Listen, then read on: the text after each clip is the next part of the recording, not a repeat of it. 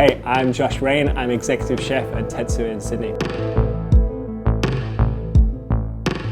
So I'm originally from the UK. I was born in Oxfordshire, basically finished school and the only thing I really wanted to do was become a chef. And for me, Australia has always been one of those places I've wanted to live. So kind of just always pushed in that direction.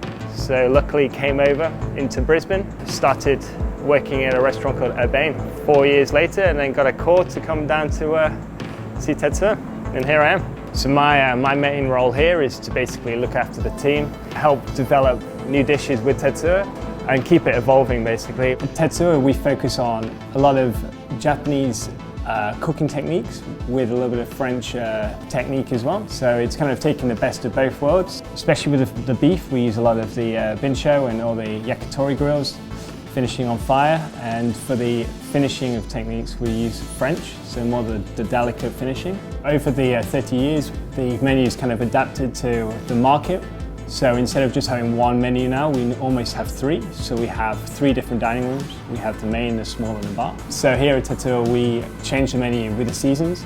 Seasonality is a massive thing. We don't adapt the menu unless we have the best, and normally the best is what's in season. So we normally start off with some oysters, and then we go into 2 sashimi courses, then we go 2 cooked seafood, and then we have normally either a poultry or we have 2 meat courses, and then it drops into a palate cleanser and then straight to the final dessert. So we normally use a very high marbled beef, a huge range of different types of beef and different cuts. Wagyu, grass-fed, grain-fed, we use them all. Just depending on the marbling and the quality of the beef, we chop and change. Here at Tetsuya we wet age the beef for 2 months before we use, and then depending on what cut it is, with the sirloins we actually age that for a further 2 weeks on salt bricks, Himalayan pink salt, just to kind of lose some of the water content in the beef, and it also cooks a lot quicker, so it's better for us. We keep some of that fats from melting. So we currently have 3 different beef dishes.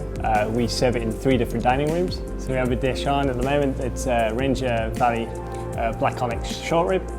So we brine that for 8 hours in a 5% brine, and then we cook that at 60 degrees, 30 hours. We chill it down, press it, and then when it comes to service, just bring it back up to temperature. We finish it, we char it on the yakitori, so you get a good crust, and then we finish it with fermented pickled shiitake powder.